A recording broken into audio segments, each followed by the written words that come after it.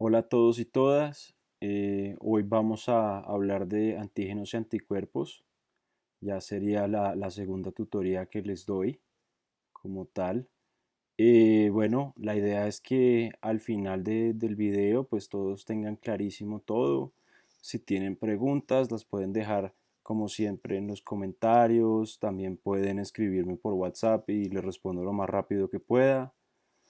O pues también en el Google Forms van a encontrar un espacio donde pueden hacer preguntas o pueden pedir aclaraciones, etcétera, etcétera. Entonces, sin más, vamos a comenzar. Bueno, esta es la bibliografía que utilicé.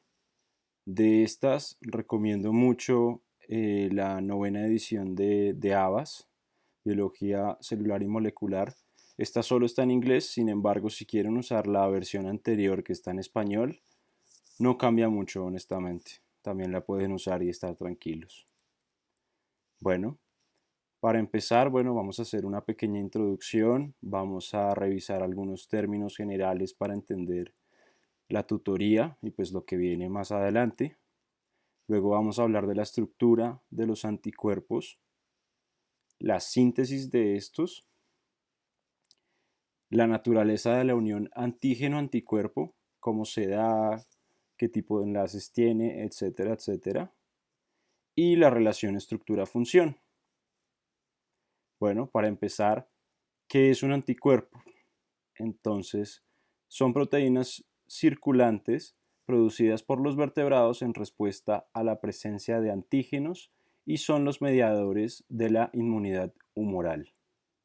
Un antígeno se entiende como una molécula extraña al cuerpo que puede ser reconocida por los anticuerpos y los receptores linfocitarios, como el MHC, por ejemplo, sin necesidad de que se produzca una respuesta inmune, como el MHC o como el TSR, o el BCR, que pues básicamente es un anticuerpo, como vamos a ver más adelante. Un inmunógeno como tal es antígeno que va a estimular una respuesta inmune, pues no siempre los antígenos van a producir una respuesta inmune, estos deben ser inmunógenos. Bueno, como tal, se entiende como títulos. Esto es la forma en que medimos las concentraciones de un anticuerpo específico en el suero. Entonces, esto básicamente lo que quiere decir es cuántas diluciones seriadas necesito hacer hasta que ya no detecte más la unión antígeno-anticuerpo. Entre más diluciones necesite para deshacer esta unión, más alto va a ser el título de anticuerpos. Esto lo recuerdan de pronto cuando les pidieron los títulos de anticuerpos para hepatitis, por ejemplo, cuando empezaron a rotar. Bueno, un humano adulto saludable de 70 kilogramos va a producir entre 2 o 3 gramos de anticuerpos al día. Dos tercios de estos van a ser inmunoglobulina A, sobre todo en el sistema digestivo, y el 99% de los anticuerpos que vamos a encontrar en la circulación sanguínea van a ser IgM, IgG o IgA. Bueno, el halotipo como tal se entiende como los cambios por polimorfismos en la región constante de los anticuerpos. Y el idiotipo serían diferencias en la región variable. Ya vamos a entender esto muchísimo mejor cuando expliquemos la estructura de los anticuerpos como tal. Bueno, importante, esto es un poco adelantándonos a la próxima tutoría de linfocitos. Sin embargo, es para que entiendan que existen antígenos T dependientes. Estos normalmente son proteínicos y lo que quieren decir es que necesitan de las células T helper para poder ser producidos. Entonces aquí podemos ver cómo el antígeno es fagocitado por la célula dendrítica. Esta se lo presenta por su complejo mayor de histocompatibilidad tipo 2 al TCR o receptor de célula T de la célula T virgen. Esta luego se lo presenta a las células B, la estimula y esta puede diferenciarse en una célula, pues, una célula productora de anticuerpos o como la conocemos, plasmocito. Y esta pues puede producir como tal los anticuerpos. También importante reconocer de pronto ya se los han dicho en clase, que las células B también pueden hacer las veces de célula presentadora de antígeno. Y aquí lo que vemos es cómo esta, pues esta célula B o linfocito B le presenta a un T helper de memoria un anticuerpo y este lo puede estimular para que pues, se diferencie en una célula pues, productora de anticuerpos o plasmocito.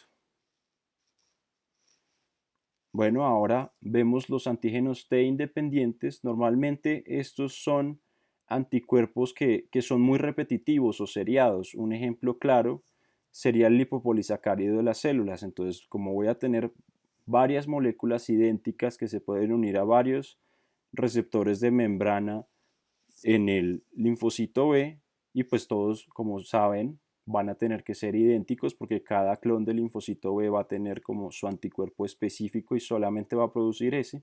Entonces, como se van a unir bastantes, puedo activar la célula B, la puedo inducir a que se diferencie, esta va a ser plasmocitos y la única diferencia con los anteriores es que solamente va a poder producir IgM, ningún otro tipo, que este es el tipo de anticuerpo que hacen los linfocitos B, por así decirlo, como de fábrica, por default. Bueno, importante de la estructura de anticuerpos, es muy importante conocerla, pues nos va a brindar muchísima información sobre su función y da las bases para entender la diversidad de los receptores inmunes.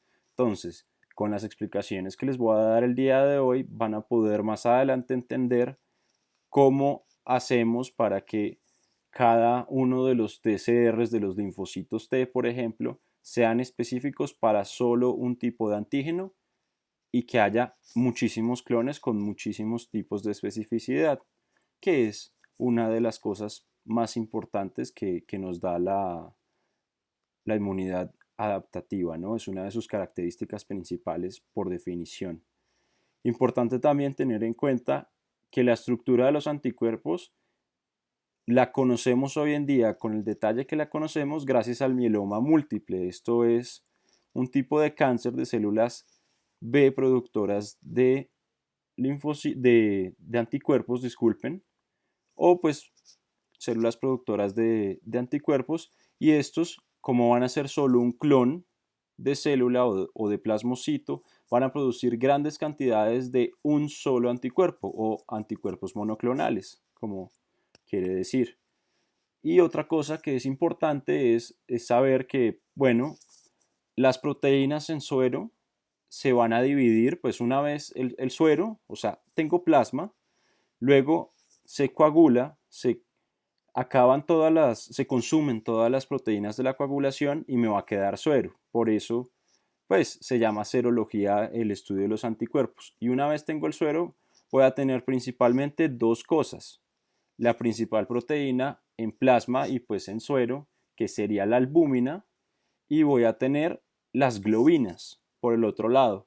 Y aquí van a entrar los anticuerpos. ¿Qué pasa? Luego de que ya hago esta separación, yo puedo meter estas proteínas a electroforesis. Ustedes recordarán en primero cuando hicieron electroforesis, cuando hicieron pues un laboratorio de PCR donde metieron ADN a un gel de agarosa y luego por diferencia de cargas vieron cómo estos migraban y así pues podíamos diferenciar dependiendo el tamaño de estos, del peso molecular y pues de qué tan atraído se iba al polo positivo o negativo, pues los puedo clasificar. Como tal, los anticuerpos entrarían en el tercer grupo de proteínas en esta separación y por eso se llaman igual que la tercera letra del alfabeto griego, que sería gamma. Por eso se les llama también gamma globulinas o inmunoglobulinas, como también vamos a ver, o anticuerpos. Todos son sinónimos. Ahora, entrando a la estructura de anticuerpos, es importante que sepan, esto es el diagrama que van a encontrar en casi todas partes, pues es más fácil entenderlo de esta manera. Lo primero que les explicaría es que todas estas cadenas van a estar principalmente unidas por enlaces disulfuro que son enlaces covalentes. Perdón. Entonces, pues la estructura básica son dos cadenas pesadas idénticas, cada una va a pesar un aproximado de 50 kilodaltons, y dos cadenas ligeras idénticas, cada una de 25 kilodaltons, dándome un peso total de 150 kilodaltons por anticuerpo aproximadamente. De esto importante que reconozcan las regiones del anticuerpo. Entonces hay varias formas de dividirlo, principalmente dos. Una de ellas es por las regiones variables. Estas son las que le van a dar la especificidad del anticuerpo y que le van a permitir unirse al antígeno, ¿sí? Y luego estarían las regiones constantes, que serían aquellas que reconocen los receptores FC. Más adelante vamos a ver por qué se llama así, que son los que le van a dar las funciones efectoras, por ejemplo, de activar la vía del complemento por la vía clásica, etcétera, etcétera. Lo vamos a ver más adelante. Otra forma de entender la estructura es dividiéndolo de esta forma. La región, disculpen, FAB o FAB, que sería el sitio de unión de antígeno en inglés, y la región o fracción cristalizable. Esta se llama así porque se encontró que al coger anticuerpos de conejos y escindirlos o cortarlos con papaína, que es una enzima que corta péptidos, pues se dividían en tres partes, ¿no? Entonces, dos partes que serían dos regiones FAB, que pues son las que ven ahí, básicamente, y la región o fracción cristalizable como tal.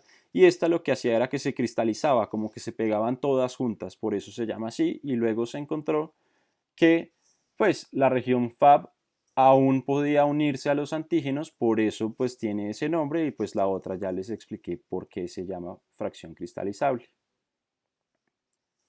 Bueno, vamos a encontrar que hay dos tipos de cadenas ligeras como tal. Vamos a encontrar la capa, la vemos ahí, y la lambda.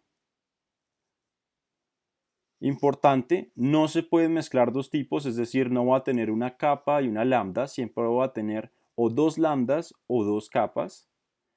Las dos cadenas tienen que ser idénticas a nivel genómico, y en los humanos vamos a tener en los anticuerpos como una distribución que es más o menos del 60% van a ser anticuerpos con cadenas ligeras kappa y 40% cadenas ligeras lambda. Esta proporción puede ser utilizada en la clínica para diagnosticar, por ejemplo, linfomas de células B, ya que si tengo muchos clones de una sola, entonces pues ellas van a producir muchísimas, por ejemplo, cadenas, pues anticuerpos con cadenas ligeras lambda, entonces pues me va a alterar esta proporción. Ya siguiendo con las cadenas pesadas, estas se van a dividir por isotipos y cada isotipo va a tener una función como bastante característica de cada uno, pero pues puede haber cierto sobrelapamiento de cada uno. Esto lo vamos a ver con más detenimiento más adelante. Entonces, bueno, el isotipo va a determinar el tipo de anticuerpo, entonces ustedes van a encontrar que si tiene cadenas pesadas tipo mu va a ser IgM, delta pues sería IgD, gamma, IgG. Esta a su vez se divide en subtipos 1, 2, 3 y 4. Estos se van a diferenciar, sobre todo la gran mayoría de subtipos, por la región de bisagra que vamos a ver más adelante, que va a cambiar como en su naturaleza y longitud. Van a haber unos más largos, unos más cortos. Pero más adelante vamos a ver qué es esto para que me entiendan mejor. Alfa IgA también tiene dos tipos, y epsilon. Bueno, entonces la estructura de los anticuerpos también las podemos dividir por dominios de inmunoglobulinas. Entonces IgG, IgA e IgD van a tener tres dominios constantes, como aquí lo pueden ver, en las cadenas pesadas claramente, porque pues en todas van a tener las cadenas ligeras, van a tener solamente una región constante y una región variable. Y pues vamos a encontrar que IgM e IgG van a tener cuatro regiones constantes. Aquí podemos ver otro diagrama y vamos a ver que cada dominio de inmunoglobulina va a ser estabilizado por enlaces disulfuro, como vimos antes, y aquí podemos ver como la división de cada uno. Entonces, pues como les dije, se pliega y estabiliza por enlaces disulfuro y pues va a contar con una región bisagra que va a estar entre los dominios CH1 y CH2 de la cadena pesada. Entonces aquí vemos que le proporciona flexibilidad al anticuerpo. Claramente, pues no quiero que se queden solo con la idea de que el anticuerpo va a poderse como abrir de piernas un poco más o cerrar, sino que puede hacer muchas cosas. Por ejemplo, un brazo de unión al antígeno puede rotar, también puede moverse, entonces en algunos libros hablan de que puede irse desde 0 grados hasta 180, doblarse. También puede flexionarse y pues ahí en el diagrama pueden ver todos los movimientos que puede hacer en bastantes planos, entonces es bastante interesante esto. Bueno, importante las regiones de determinantes de complementariedad o regiones hipervariables. Ahí las ven pintadas en azul y básicamente lo que hacen estas es que le permiten al anticuerpo tener el nivel de especificidad que tiene. Y van a funcionar algo así como ven en la derecha, en la imagen más pequeña, como dedos.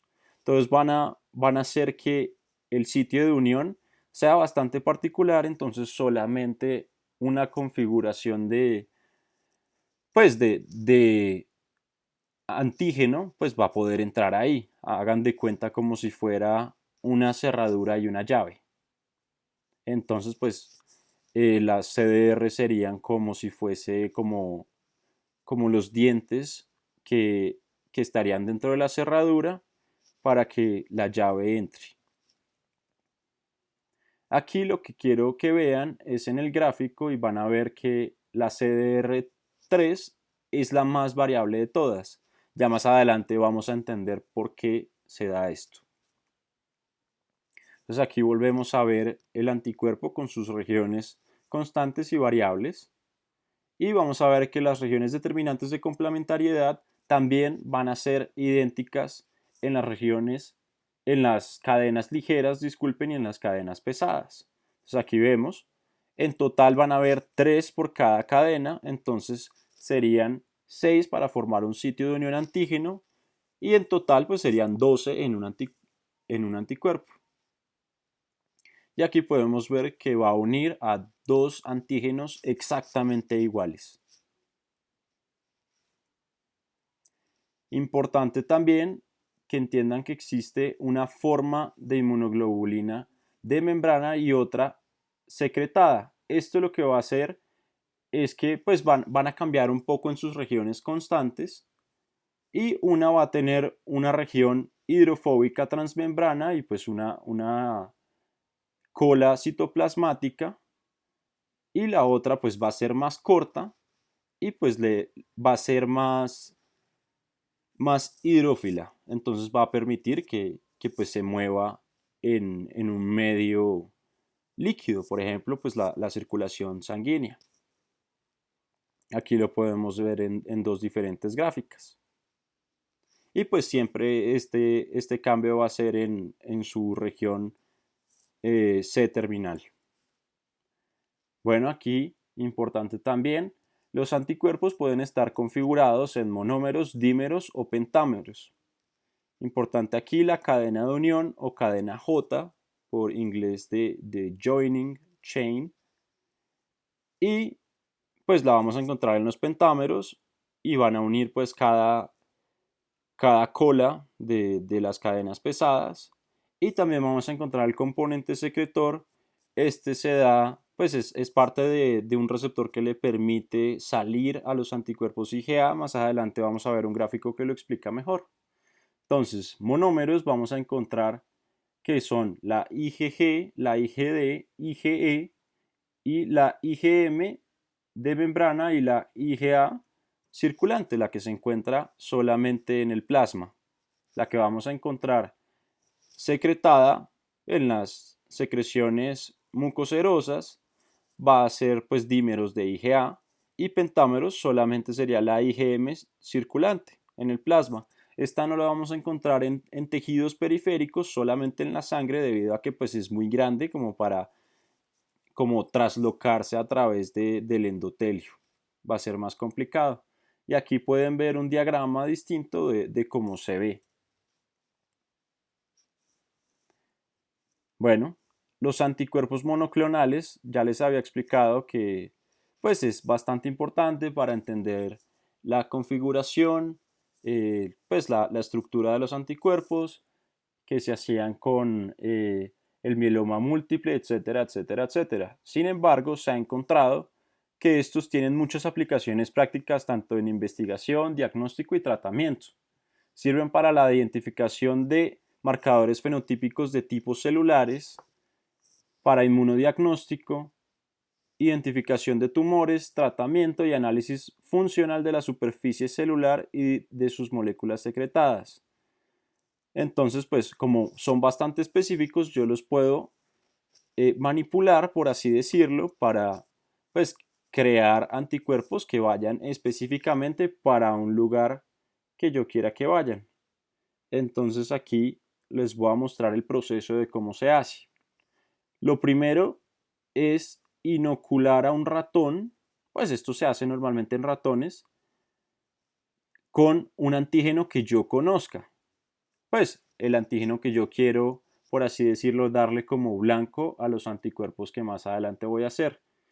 De esa manera, pues se van a presentar, se van a hacer, pues se van a activar los linfocitos B como tal que reaccionen al anticuerpo. Y lo que voy a hacer es que los voy a mezclar en un cultivo con una línea de mieloma múltiple que va a ser mutante y que es, por así decirlo, inmortal. Hay muchos tipos de células que pues hoy en día hemos manipulado genéticamente para hacer líneas que sean inmortales. Luego lo que hago es que en el medio de cultivo busco que solamente sobrevivan las células que se hayan pues, fusionado entre estas dos, que el resto se muera.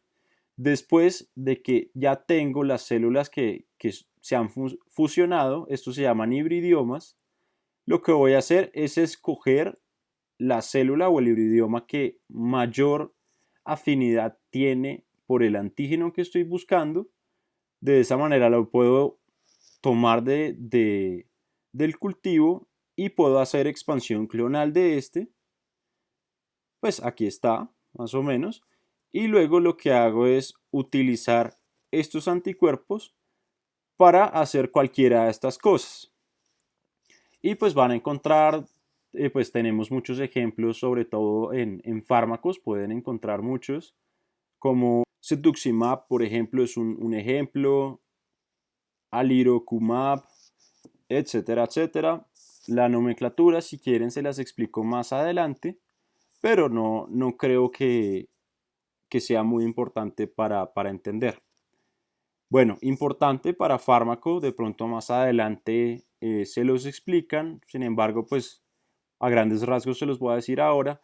Lo que sucede al utilizar este tipo de anticuerpos en fármaco, por ejemplo, es que pueden producir una cosa que se llama enfermedad del suero.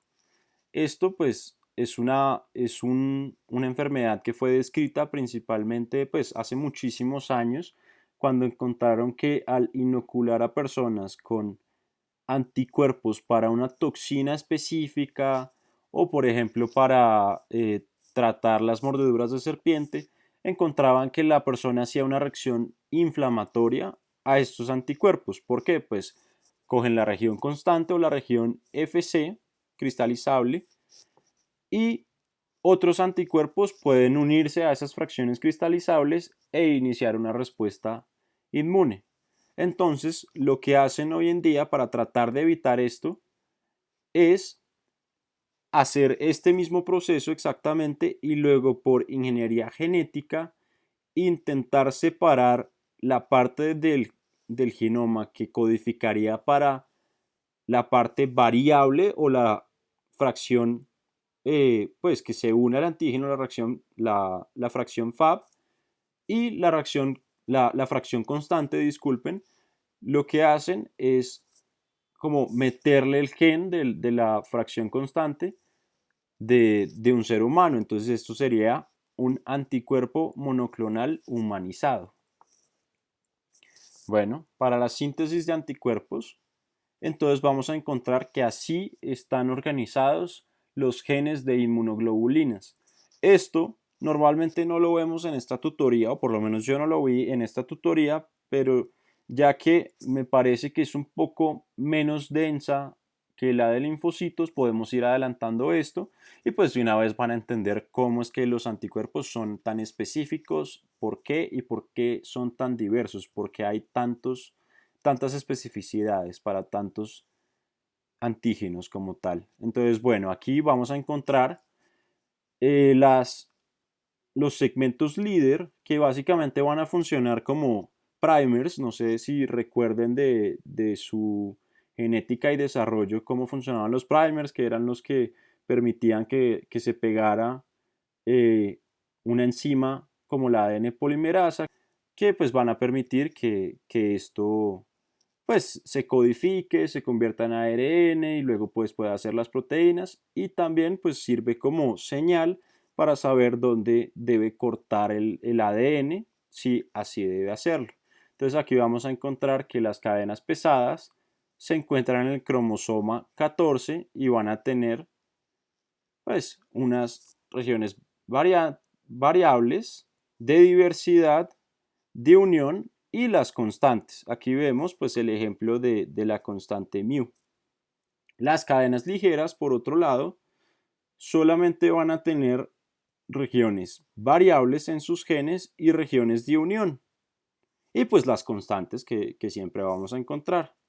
Entonces pues este es el caso de la IG lambda y pues aquí sería el caso de la IG kappa. Bueno, aquí para síntesis de anticuerpos vamos a ver cómo se recombinan estos genes para hacer toda la diversidad que encontramos. Lo primero que hay que entender es que esta es mediada por las enzimas RAG, pues los productos de los genes RAG1 y RAG2, que son los genes de activación de la recombinación y solamente se encuentran en los linfocitos. Esto es importante que lo entiendan. Es una enzima que solamente se produce ahí. Y lo que van a hacer los RAG es que van a reconocer las secuencias de señal de recombinación que se van a encontrar flanqueando los diferentes genes codificantes para las regiones variables de diversidad y de unión. Entonces las van a flanquear por ambos lados y de esa manera pues pueden reconocer dónde pegarse para luego hacer los cortes y pues hacer el gen que quedaría al final, como vamos a ver ahora. Entonces primero vamos a ver cómo se hacen las cadenas pesadas. Importante que entiendan que vamos a empezar por la línea germinal, es decir, la cadena de genes que tienen todos los linfocitos B cuando empiezan a desarrollarse. Entonces van a tener 40 regiones variables, 27 de diversidad y 6 de unión. Y pues van a tener todas las constantes para que hagan IgM, IgD, IgG, IgA, etcétera, etcétera, etcétera.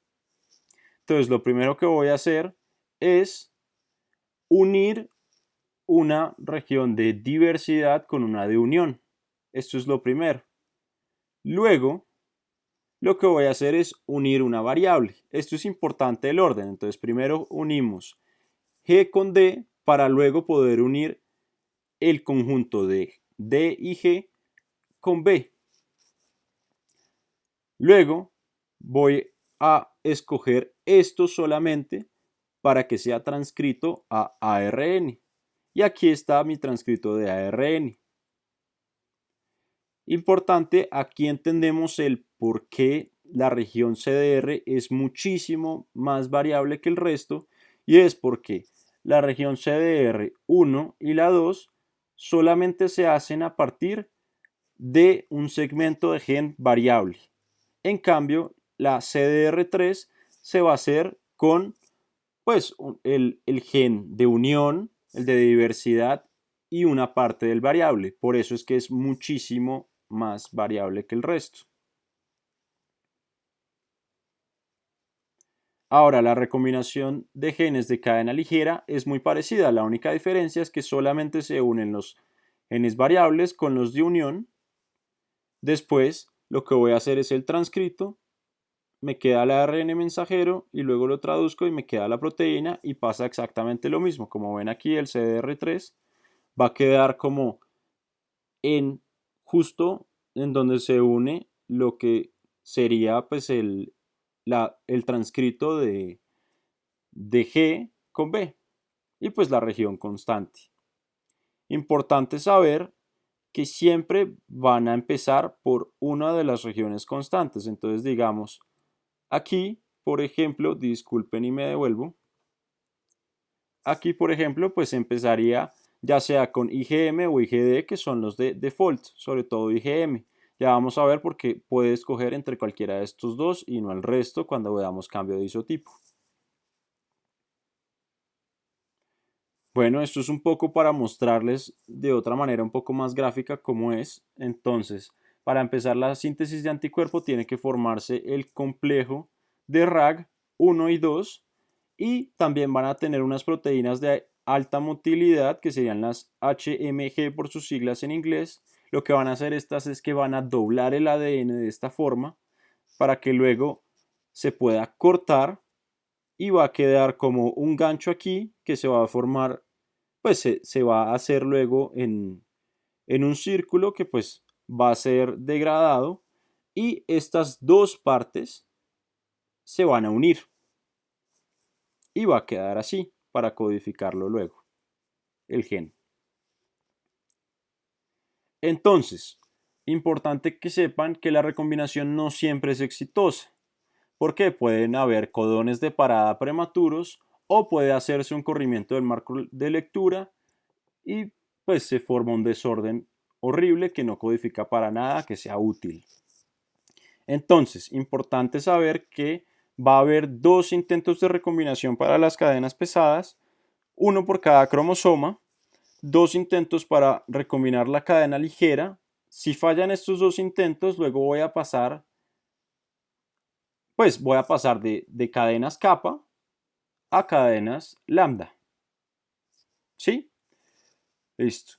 Importante también saber que hay un fenómeno que se llama exclusión alélica que se da en estas células y básicamente lo que es que si yo logro recombinar de forma exitosa una cadena pesada, pues lo que voy a hacer es excluir el otro alelo del otro cromosoma para que no se recombine tan bien y no termine haciendo dos anticuerpos con, eh, con especificidad diferentes. Entonces, de esta manera, lo que voy a hacer es cerciorarme de que todos los anticuerpos sean exactamente iguales. Aquí, para que sepan la cantidad de combinaciones posibles que hay. Entonces, para las cadenas pesadas, por ejemplo, habíamos dicho que en la región B tenían 40 opciones, en la D 27 y en la J 6.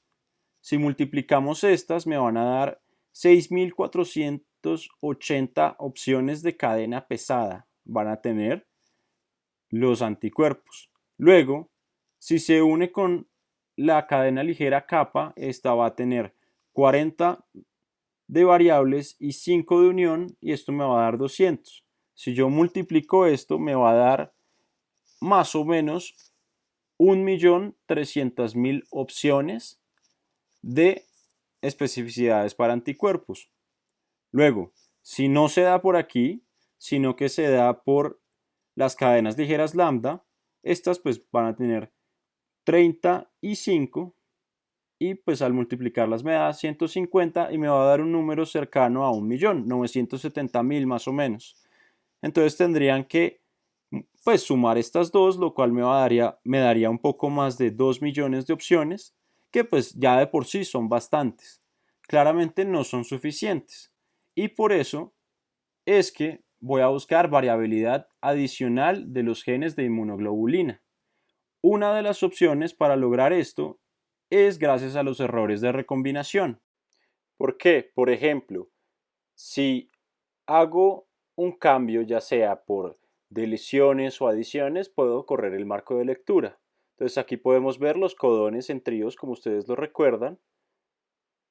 Y pues aquí podemos ver, por ejemplo, si hago una deleción en tríos, sin correr el marco de lectura, lo que voy a hacer es que voy a cambiar ese ADN de línea germinal a CCC-TGG, que me va a hacer una secuencia de aminoácidos diferente. En este caso sí hubo corrimiento de marco de lectura y pues cambié el ADN recombinado a CCG-CGG, que sería prolina-arginina, diferente a prolina-triptófano, que era el anterior, y en este a prolina-prolina, también por un corrimiento del marco de lectura. Genética y desarrollo, que había una tabla bastante clara donde podían ver cada codón que significaba, y pues ya saben que si se corre el marco de lectura o cambio el nucleótido o adiciono otro, pues va a cambiar como tal lo que se codifique y pues la proteína final. Otra forma de lograr mayor variabilidad adicional de los genes es cuando yo hago el corte por la RAG de dos segmentos de ADN, hay una enzima que se llama la TDT, que se llama la transferasa terminal de desoxinucleótidos, y esta, más o menos sin ningún tipo de molde, va a adicionar N-nucleótidos. Por eso la N antes de nucleótidos, que lo que quiere decir es non-template nucleótidos. Y pues esto traducido al español lo que quiere decir es que sin ningún molde solamente los pone ahí al azar. Y de esta manera puedo pues cambiar un poco los genes que voy a expresar. Otra de las formas en las que lo puede lograr, aquí en oscuro, de este lado voy a ver las cadenas pesadas y aquí en claro voy a ver las cadenas ligeras. Aquí lo que quiero mostrarles es la hipermutación somática. De esta forma se logra la maduración de la afinidad.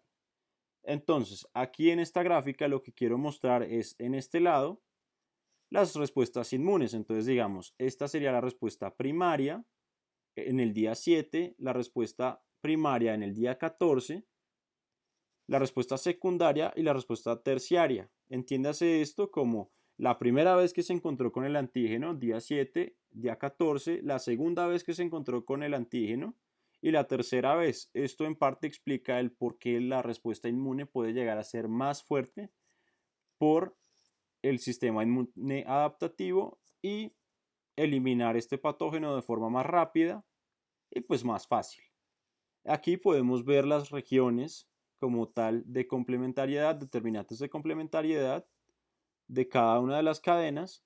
Y aquí lo que vemos es la constante de disociación, que es lo que se utiliza para medir la afinidad de los anticuerpos. Lo que quiere decir esto es que tan poco anticuerpo y antígeno necesito para que se formen las uniones. Entre más bajo este número, lo que quiere decir es que la unión pues es más afín, ¿sí? Entonces se une más fácil.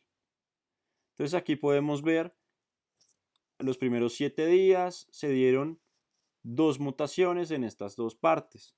Luego en el día 14 encontramos las mutaciones que ya habíamos encontrado antes. Esta pues no sobrevivió, de pronto no le servía y se dieron muchísimas más mutaciones y como pueden ver a través del tiempo y a través de las diferentes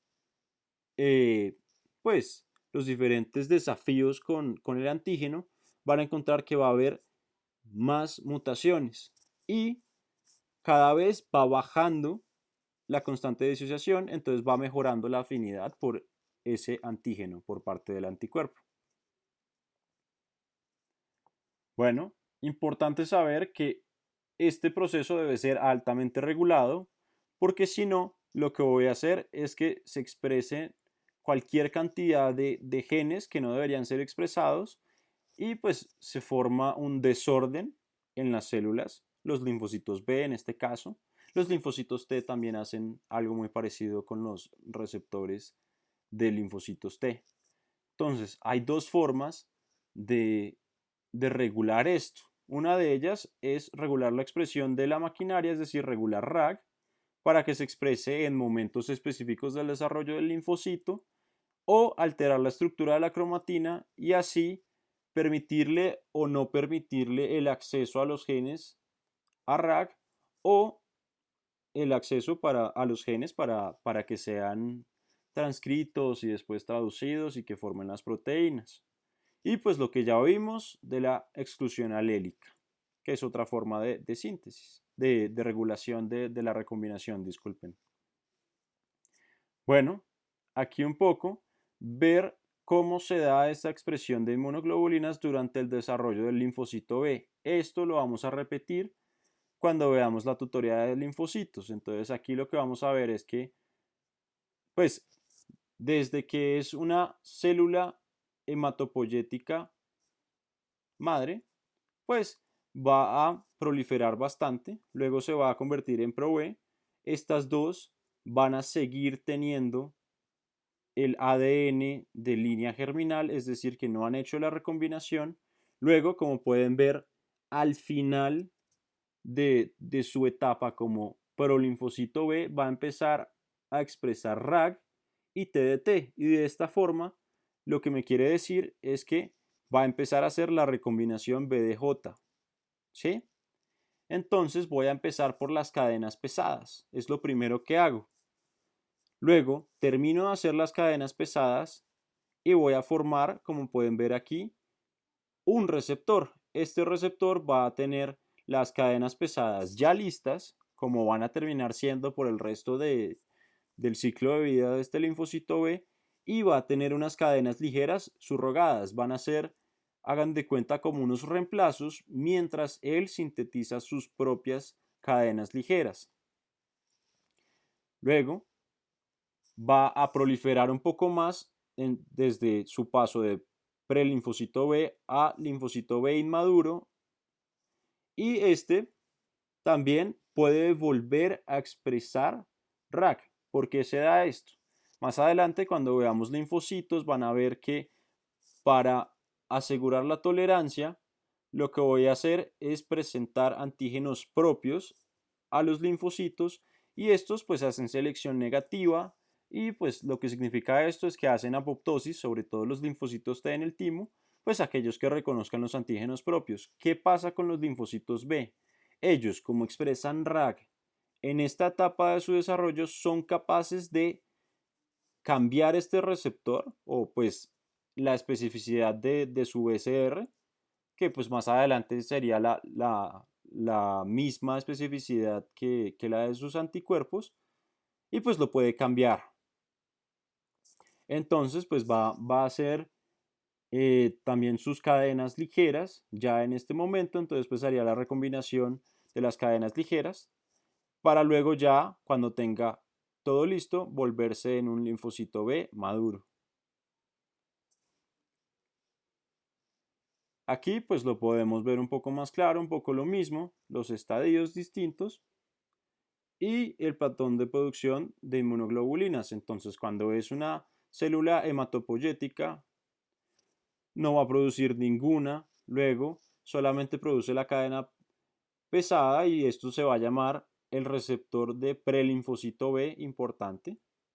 Luego, cuando es linfocito B inmaduro, ya va a producir la IgM de membrana lista, la que sería la que expresaría para siempre, a menos de que haga selección negativa y la cambie. Luego, cuando se vuelve un linfocito B maduro, ya es capaz de producir IgM y IgD. Más adelante vamos a ver por qué produce estas dos al tiempo. Y luego, pues ya cuando se activa, va a poderse diferenciar en un plasmocito. Y lo que va a hacer, pues lo que los diferencia es que el plasmocito va a producir muchísimos más anticuerpos secretados que los de membrana. Aquí un poco de lo mismo.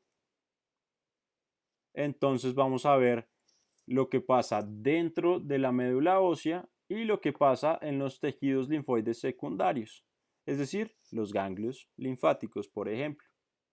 Entonces aquí vemos cómo el prelinfocito B tiene sus cadenas ligeras que todavía no están listas y las cadenas pesadas que ya están listas.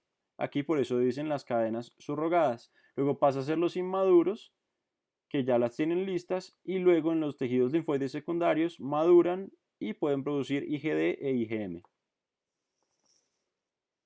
El cambio de isotipo ya se los había explicado, entonces básicamente se da de una forma muy parecida a lo que vimos antes. ¿Por qué puede expresar las dos el linfocito B? Bueno, como pueden ver, aquí en este diagrama podemos ver que en este espacio, para IgD o para pues, la región constante delta, no va a haber una secuencia de recambio o una secuencia S. Entonces, esto me va a permitir que exprese ambas. Aquí vemos básicamente lo que pasa y es que lo que voy a hacer es que voy a transcribir todo.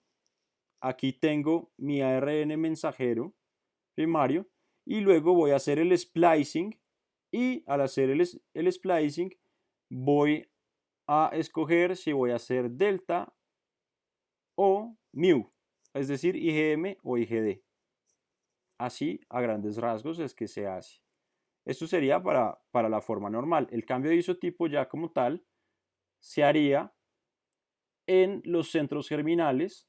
Los centros germinales lo que me van a permitir es que los linfocitos T helper y los linfocitos B se junten. Luego estos, a través de CD40 ligando y citoquinas, me estimulen al linfocito B a que haga tanto la maduración de sus anticuerpos o de su afinidad y también van a permitir que éste haga un cambio de isotipo dependiendo de las citoquinas que le envíe, le va a pues, cambiar las señales para que éste haga el anticuerpo que mejor se enfrenta al antígeno que pues está presentando. Entonces, por ejemplo, si es un parásito, voy a querer que haga IgE, porque IgE es el que es para parásitos. Entonces, las citoquinas, por ejemplo, puede ser interleuquina 4, y me va a llevar a que se diferencie, ignoren esta G, hagan de cuenta que fuese una E. Y pues que sea un plasmocito que produzca IgE. Entonces, como ya les dije, funciona de una manera muy parecida. Básicamente lo que hago es que el ADN se doble, se junten las dos secuencias S por las señales que me dan los linfocitos T helper. Luego corto esto, dejo que se unan y esto me sirve de primer para transcribir el resto. Y luego se traduzca y pues produzco la IgE, por ejemplo. Estos son los diferentes cambios que se pueden dar en los anticuerpos. Entonces, digamos, aquí está la maduración de la afinidad que se da por mutaciones o hipermutaciones somáticas. Estas pues se dan, se me había olvidado decirles, a una tasa 1.000.000 de veces mayor a lo normal. ¿Sí? Entonces lo que me va a hacer es incrementar la afinidad, pero no va a tener ningún problema con sus funciones efectoras. Luego voy a ver los cambios de forma secretora a la secretada.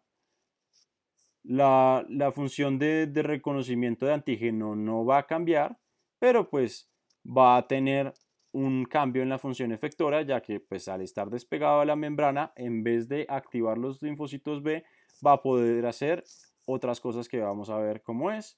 Y pues el cambio de isotipo, que tampoco va a cambiar la afinidad del anticuerpo, pero cada isotipo va a tener un diferente grupo de funciones efectoras que puede hacer. Listo.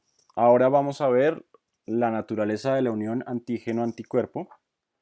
Entonces lo que vamos a ver es que el anticuerpo se va a unir a epítopes o epítopos del antígeno. Esto lo que quiere decir son secuencias pequeñas, ya sea de aminoácidos o de glúcidos, de azúcares, que van a poder reconocer, pues de carbohidratos, disculpen, que van a poder reconocer los anticuerpos y se van a unir. Entonces aquí podemos ver que un solo antígeno puede tener diferentes epítopes y cada uno de estos se va a unir con un anticuerpo distinto.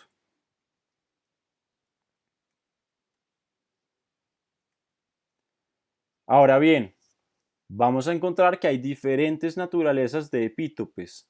Estos pueden estar determinados por la configuración tridimensional de la proteína, como vemos aquí, y por lo tanto, si la proteína se desnaturaliza, pues ya no van a poder ser reconocidos por los anticuerpos.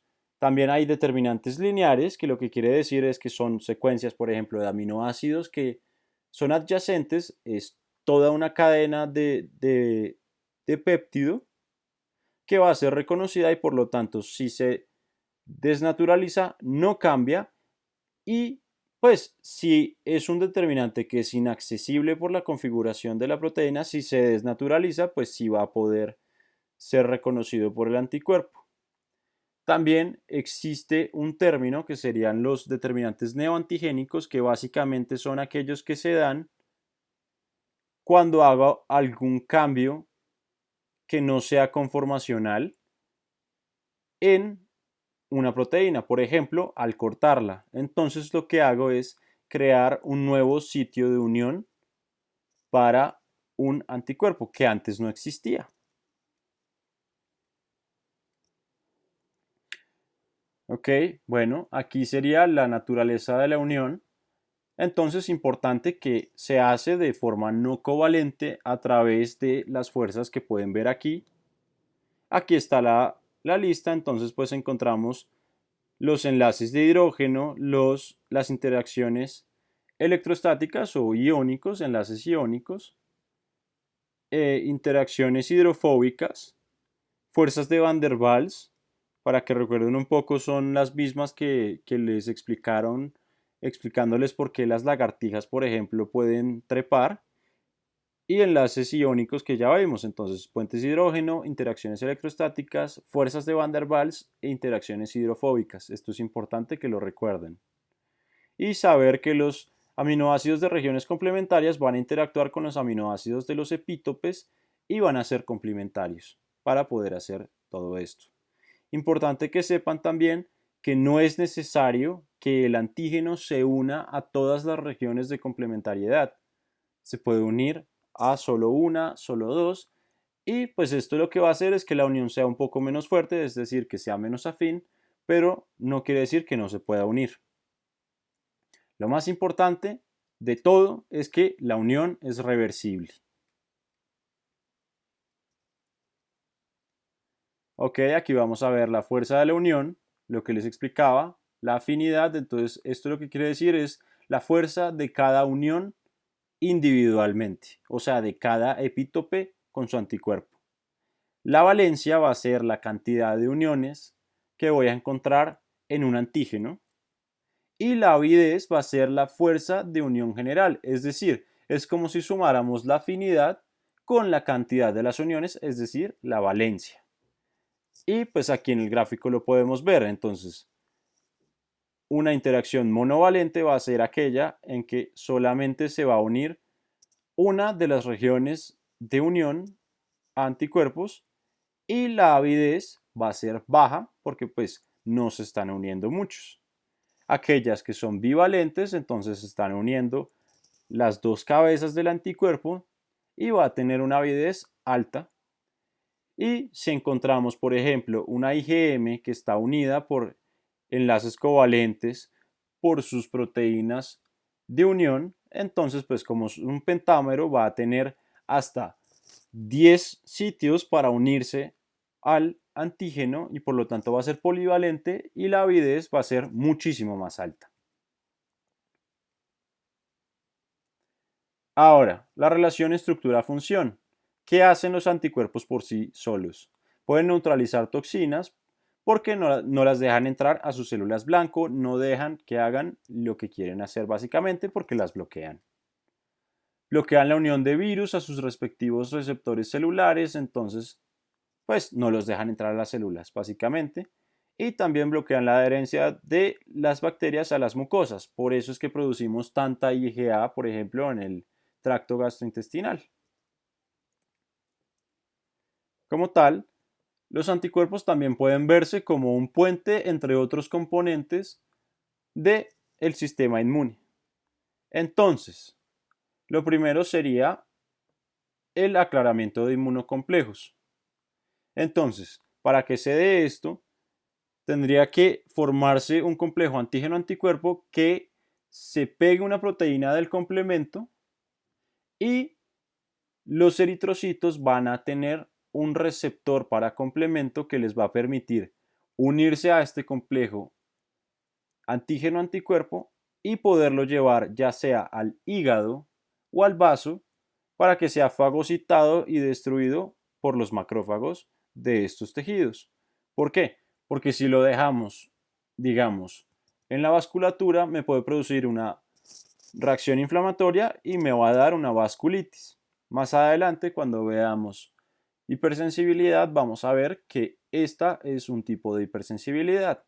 También pueden hacer opsonización y básicamente lo que es que permito que una célula que haga fagocitosis, por ejemplo un macrófago o una célula dendrítica, pueda reconocer más fácilmente por un receptor Fc, la región Fc de un anticuerpo, y este anticuerpo, al ser tan específico y tener tanta afinidad por un patógeno, pues un epítope de un antígeno, de un patógeno, pues pueda ser fagocitado mucho más fácilmente.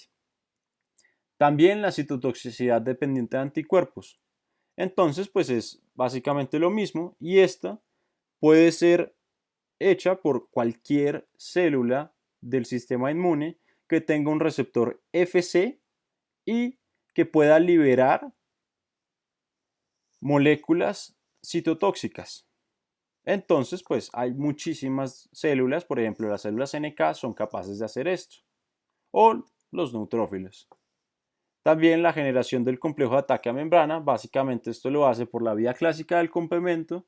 Entonces C1K, más adelante mi compañero Fernando les va a explicar en su tutoría de complemento, pero C1K lo que va a hacer es activar C3 y pues luego se va a dar el complejo de ataque a membrana, pues con unos pasos que van más adelante, y va a poder lisar la célula al abrir poros. Y pues la degranulación de mastocitos, que es la explicación de la alergia, por ejemplo. Pues aquí sería en parásitos. Bueno, aquí lo que quiero es que vean las funciones de cada uno de los isotipos y su vida media. Entonces, IgM dura 4 días y funciona como receptor de las células B o de los linfocitos B vírgenes. Es la forma secretada que está principalmente en la sangre. Es el primer isotipo producido en la respuesta adaptativa, pues porque es el que tiene por default. Va a activar el complemento y puede aglutinar los antígenos. El IgG, por ejemplo, aquí les pongo en negrita que tiene una vida media muy alta, y pues las funciones que puede tener o las características que tiene, mejor dicho, es que es más abundante en sangre, activa complemento, mejora la fagocitosis, puede hacer citotoxicidad dependiente de anticuerpos, va a neutralizar patógenos y cruza la barrera placentaria. La IgA 3 días proviene de la colonización de mucosas, la IgD 3 días también, va a también funcionar como receptor de células B vírgenes, y la IgE va a hacer la degranulación de mastocitos y basófilos. Muy importante que sepan que IgG va a ser la única que cruza la barrera placentaria y por lo tanto le va a dar su inmunidad pasiva a el neonato.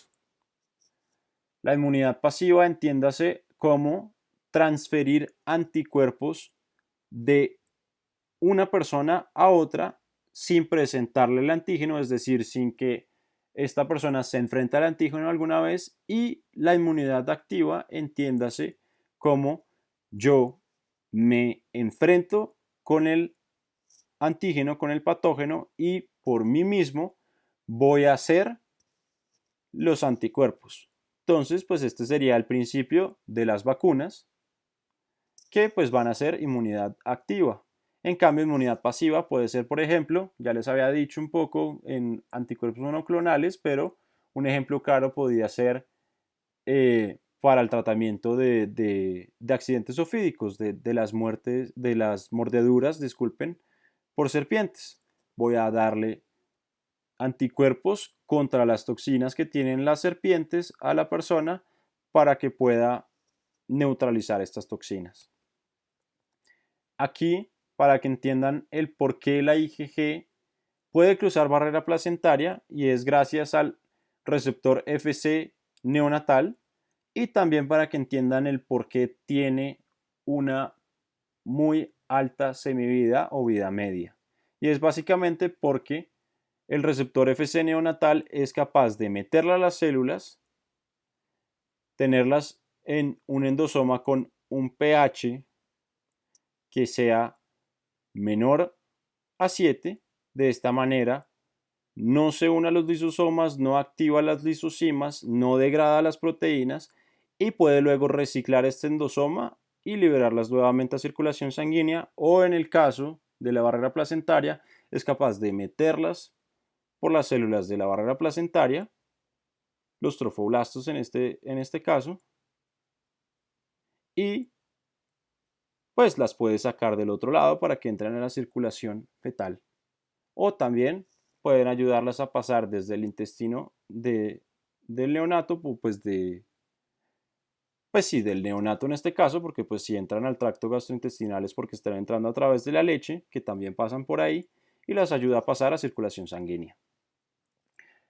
La relación estructura-función, saber que las funciones solamente se dan cuando las inmunoglobulinas están unidas a antígenos. Esto, ¿cómo hacen para reconocer las células que están unidas a los antígenos? Porque se necesitan dos o más fracciones constantes o cristalizables adyacentes. Entonces tiene que reconocer a más de dos, porque si lo reconoce por dos receptores, pues esto es suficiente para que inicie una respuesta. Y de esa manera, pues no voy a activarme con la cantidad de anticuerpos que hay en la circulación sanguínea solos. Importante para el sistema complemento, entonces pues las IgG se van a agrupar en las superficies de los patógenos, se va a unir C1K y se va a dar la activación de la vía clásica del complemento. Para las IgM esto es diferente, por lo que están en pentámeros, y lo que va a hacer es que va a haber un cambio de conformación de estrella a algo así como una grapa, por así decirlo. Y esto lo que va a hacer es que me va a permitir que C1K se una a las regiones FC, o pues las fracciones cristalizables, y va a activarse la vía clásica del complemento. Ya casi terminamos. Esto sería la IgA secretada. Entonces, pues ya les dije que se encuentran las secreciones seromucosas, que serían pues las áreas más expuestas del cuerpo. Entonces, pues se encuentra en lágrimas, en secreciones nasales, en el tracto gastrointestinal, en saliva, ustedes me entienden. Y se sintetiza localmente por plasmocitos, se va a dimerizar y luego se va a transportar a la luz a través de este receptor llamado receptor de poliinmunoglobulinas. Entonces, se produce por el plasmocito con su cadena G, pues se va a dimerizar, luego se va a unir al receptor, se va a endocitar, y cuando llega a la luz, lo que va a pasar es que se va a cortar esta parte del receptor, va a quedar así, y va a quedar con el componente secretor que habíamos visto al principio. Y listo, eso fue todo. Muchas gracias, y pues ya saben, cualquier pregunta la pueden dejar en comentarios, me pueden escribir por WhatsApp, me pueden buscar en Instagram, en Facebook, donde quieran, y me pueden preguntar ahí si no tienen mi teléfono, o pues lo pueden dejar por los comentarios. Muchas gracias.